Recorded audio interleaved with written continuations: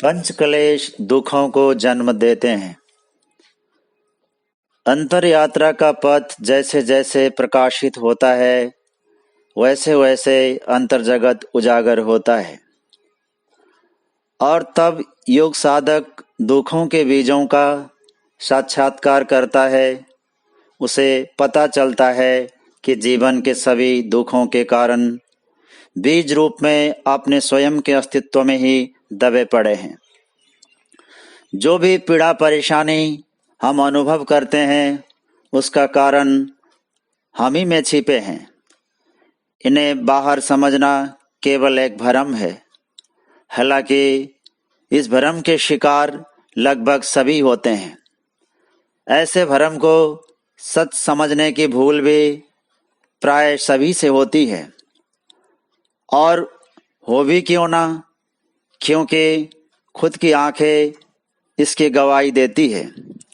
सभी इंद्रियां इसकी अनुभूति की हामी भरती है और अपने को चतुर व कुशल समझने वाली बुद्धि इस भ्रम को सही ठहराने के सभी आयोजन करती है। वास्तव में दुखों का कारण क्लेश है, ऐसा योग सूत्रकार मानते हैं। सामान्य जीवन में दुख एवं क्लेश को एक दूसरे का पर्याय माना जाता है, परंतु महर्षि पतंजलि के शब्दकोश में क्लेश एक खास पारिभाषिक शब्द है।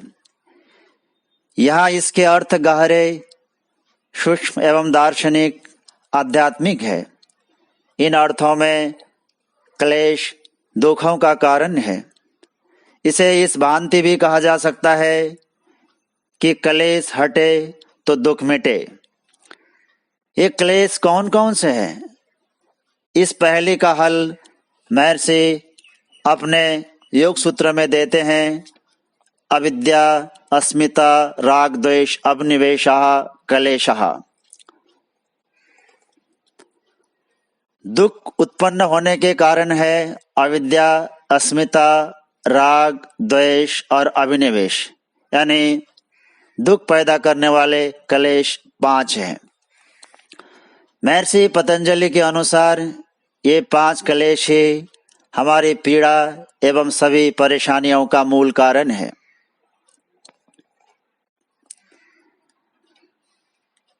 सद्गुरु कहा करते हैं कि इन्हीं 5 के कारण चेतन, अमल और सहज सुख राशि जीवात्मा बार बार पंच महाभूतों के फंदे में फंसता है, संसार और सांसारिकता के पीड़ा चक्र में अनगिनत बार उलझता और कराता है।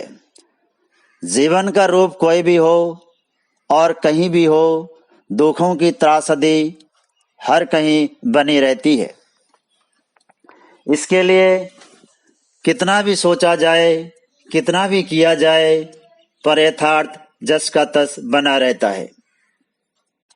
सद्गुरु कहते हैं कि दुनिया भर के वैज्ञानिकों ने सोचा कि साधनों की कमी के कारण संसार में दुख है, और उन्होंने साधन जुटाने के लिए अनेक तरह के अनुसंधान किए। उनके ये अनुसंधान सफल भी हुए। साधनों का अंबार जुटा भी, इससे दुखों का रूप तो बदला, परंतु इनकी संख्या कम नहीं हुई बल्कि बढ़ी। दुनिया में जो दार्शनिक थे उन्होंने दुख का कारण अज्ञान में खोजा और ये सच की काफी करीब पहुंचे, परंतु सही ढंग से न तो सच को खोज सके और न तो पा सके, क्योंकि इन्होंने ज्ञान का अर्थ अक्षर ज्ञान तक ही सीमित रखा। शिक्षा के प्रसार से लाभ तो बहुत हुआ, परंतु पूरी बात नहीं बनी। अलग अलग देशों के अलग अलग दार्शनिकों ने ज्ञान के बारे में अनेकों मत और मंतव्य दिए, परंतु सही अर्थ तक केवल अध्यात्मवेता, तत्वदर्शी दार्शनिक ही पहुंच सके। उन्होंने कहा दुखों का कारण अज्ञान है।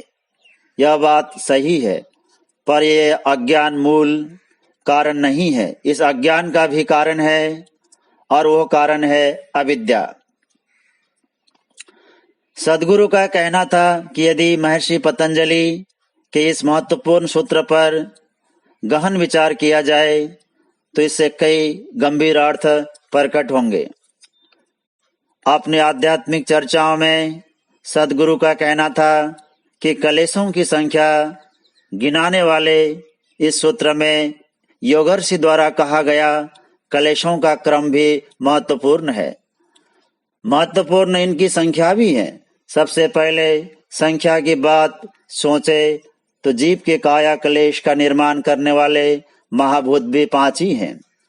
इस काया में अनुभव का स्पर्श देने वाली ज्ञानेंद्रियां भी 5 ही हैं। काया को क्रियाशील करने वाली कर्म इंद्रियां भी 5 ही हैं। काया की स्थिति अनुभवों में व्यतिक्रम एवं कर्मों में अकुशल स्थिति इन्हीं पंच कलेशों के कारण होती है। इन पंच कलेशों में कमी होते ही अनुभवों में स्पष्टता, सार्थकता एवं कर्मों में कुशलता अपने आप ही आने लगती है। महर्षि पतंजलि द्वारा उपदिष्ट इन पंच कलेशों के कर्म को भी युग ऋषि गुरुदेव महत्वपूर्ण मानते थे। उनके अनुसार पंच कलेशों में सर्वप्रथम स्थान अविद्या का है। यही सभी कलेशों का मूल है। आचार्य शंकर जैसे परम ज्ञानी ने भी अपने वेदांत चर्चा में इसे ही प्रकारांतर से सभी भ्रमों का कारण कहा है। इस अविद्या के कारण ही आत्मा अपने होश गवा देती है। इस वजह से परम ज्ञानमय आत्मा का ज्ञान सुप्त और लुप्त हो जाता है।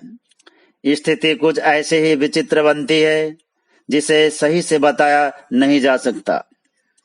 बस कुछ ऐसी कि राजा अपने राजा होने को भूल जाए और स्वयं को भिखारी समझने लगे। अपने होश गंवा देने की विडंबना के कारण ही अस्तित्व में अस्मिता का उदय होता है। विराट सर्वव्यापी ज्ञानमय आत्मा स्वयं को क्षुद्र अहम समझने लगती है और इसी वजह से उसमें अनेकों क्षुद्रताओं का जन्म होने लगता है। अनेकों बंधन उसे बांधने लगते हैं। परम मुक्त जीव बंधन में छटपटाने लगता है।